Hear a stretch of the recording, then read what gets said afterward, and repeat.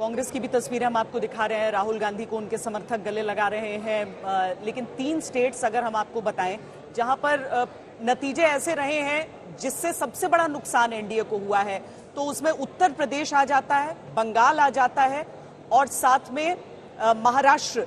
और इसीलिए हमारे खास मेहमानों को जो आप देख रहे हैं वो इन सभी राज्यों पर हमारा फोकस है। घनश्याम तिवारी जी, उत्तर प्रदेश को लेकर इस समय की तस्वीर वाकई ऐसी है जो बीजेपी के भी बड़े नेताओं के लिए मंथन का विषय रहेगी, जहां पर 14 और 19 में अप्रत्याशित जीत बीजेपी को रही। लेकिन इस बार कहा गया अंडर करंट, लेकिन सही मायने में कहूं तो जमीन पर अखिलेश यादव, राहुल गांधी, इनकी सभाएं होती थी तो सभाओं को बीच में छोड़ना पड़ता था, भीड़ इतनी ज्यादा हो जाती थी। बस सवाल ये उठता था कि भीड़ है या वोटर है। घनश्याम जी। श्वेता जी, उत्तर प्रदेश में अखिलेश यादव जी का, हमारे राष्ट्रीय अध्यक्ष का शानदार नेतृत्व रहा। समूची पार्टी एकजुट रही अपने मिशन में कि हम एक पॉजिटिव कैंपेन रहेंगे। बहुत संयमित भाषा का इस्तेमाल किया। हमने चुनाव को मुजरा नहीं कहा, हमने चुनाव को जनता की सेवा कहा, उनके अरमानों को पूरा करने का एक संकल्प कहा।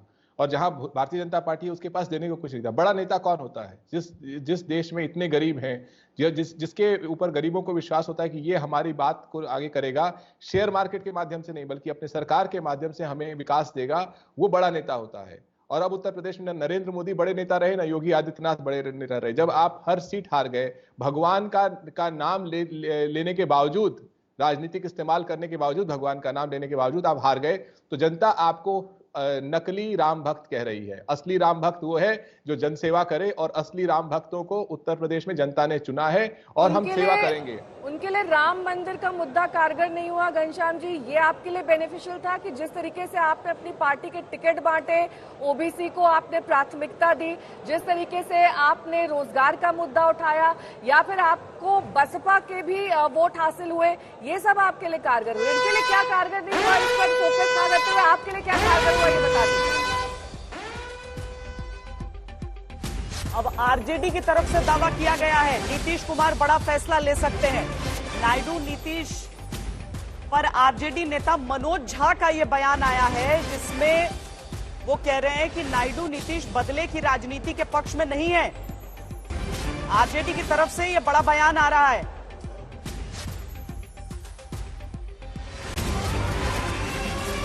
इस पूरे चुनाव अभियान की जो नेता प्रतिपक्ष बार बार बोले कि 4 जून के बाद हो सकता है नीतीश जी भी बड़ा फैसला ले, क्योंकि नीतीश जी या चंद्रा बाबू ये व्यक्ति केंद्रित विमर्श के, वेंडेटा पॉलिटिक्स के, बदले की राजनीति के पक्ष में कभी नहीं रहे हैं।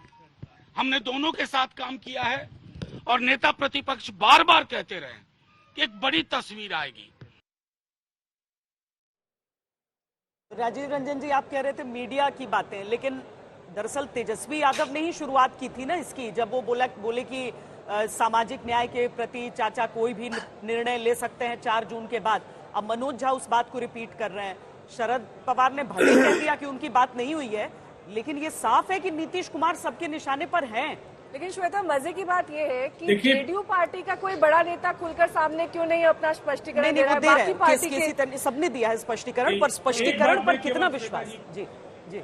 देखिए श्वेता जी, सबसे पहली बात तो ये कि तेजस्वी जी तो सभाओं में ये पहले से बोल रहे थे, 5 लाख नौकरियों का दावा कर रहे थे, जातीय सर्वे का दावा कर रहे थे, सरकार की तमाम उपलब्धियों को अपने खाते में रखते हुए नीतीश कुमार जी पर सवाल खड़े करते हुए वो बार बार ये कह रहे थे कि चाचा जी भी उनके साथ आ जाए। ऐसे दोहरे मानदंड को जनता ने नकारा और परिणाम आपके सामने है। अगर वो अपने जो इंडिया का जो एजेंडा है, जो आरजेडी की प्राथमिकताएं थी, उनके आधार पर अगर वो विमर्श पर बात करते तो निसंदेह वो कुछ बेहतर उम्मीद कर सकते थे। लेकिन उन्होंने बार बार लोगों को गुमराह करने की कोशिश की और एक बार फिर उनकी पार्टी के नेता या जो उनके अलायंस के जो बाकी दूसरे घटक दलों के नेताओं के जो बयान है, उनका लगातार इस तरह का जो बयान है, दरअसल देखिए इस जनादेश को आपने सही कहा, ये सबके लिए इसमें कुछ ना कुछ है। एक पहली इस देश की आजादी के बाद पहली गैर कांग्रेसी सरकार जिसको तीसरी बार जनादेश जनता ने दिया नरेंद्र मोदी जी की अगुवाई में सरकार बनाने। दूसरी तरफ एक सबल और सशक्त विपक्ष भी इस जनादेश से उभर कर के आए। ठीक है, अब एक तस्वीर आ रही है, वो अपने दर्शकों को हम दिखा रहे हैं। हाजीपुर से चिराग पासवान, उनकी मां एक तरफ उनकी खड़ी है। रामविलास जी के बिना इस बार चुनाव लड़ते हुए देखिए, पिछली बार बड़ा मनमुटाव हुआ था। रामविलास पासवान की विरासत को कौन आगे बढ़ाएगा? अपनी मां के साथ चिराग पासवान इस समय अपने घर की बालकनी में और मुस्कुरा, उन्होंने जैसे नेहा आपने भी कहा ना कि बड़े नेताओं की तरफ से, तो चिराग पासवान की तरफ से स्पष्ट आ चुका है। और उनके बहनोई भी जो चुनाव लड़े थे इस बार बड़ा, और उन पर विश्वास प्रधानमंत्री ने जताया था। 5 सीटें यहाँ पर एलजेपी के खाते में दिखाई दे रही हैं, ट्रेंड्स ये बता रहे हैं। और हाजीपुर सीट से में जीतते हुए दिखाई दे रहे हैं चिराग पासवान। उसी जीत का जश्न अब शुरू हो चुका है।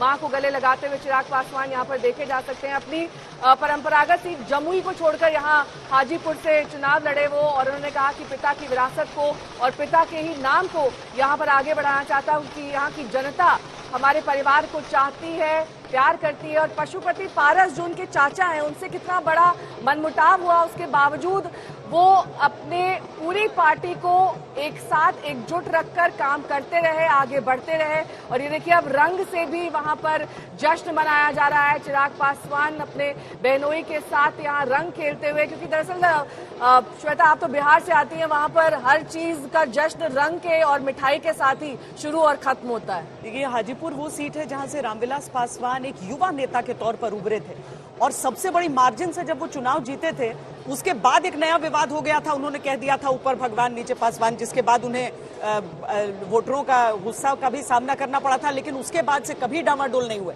उनको लालू प्रसाद यादव ने कह दिया कि हमेशा उनको परख रहती है किसकी सरकार आ रही है।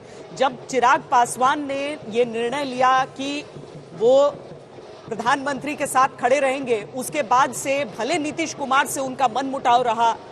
कहा गया इस बार हाजीपुर की सीट पर लड़ते हुए नीतीश कुमार के पारंपरिक वोटर उस तरफ नहीं गए, लेकिन अभी नतीजों को, रुझानों को देखकर ऐसा लग रहा है कि वो सब एक चुनावी आकलन था।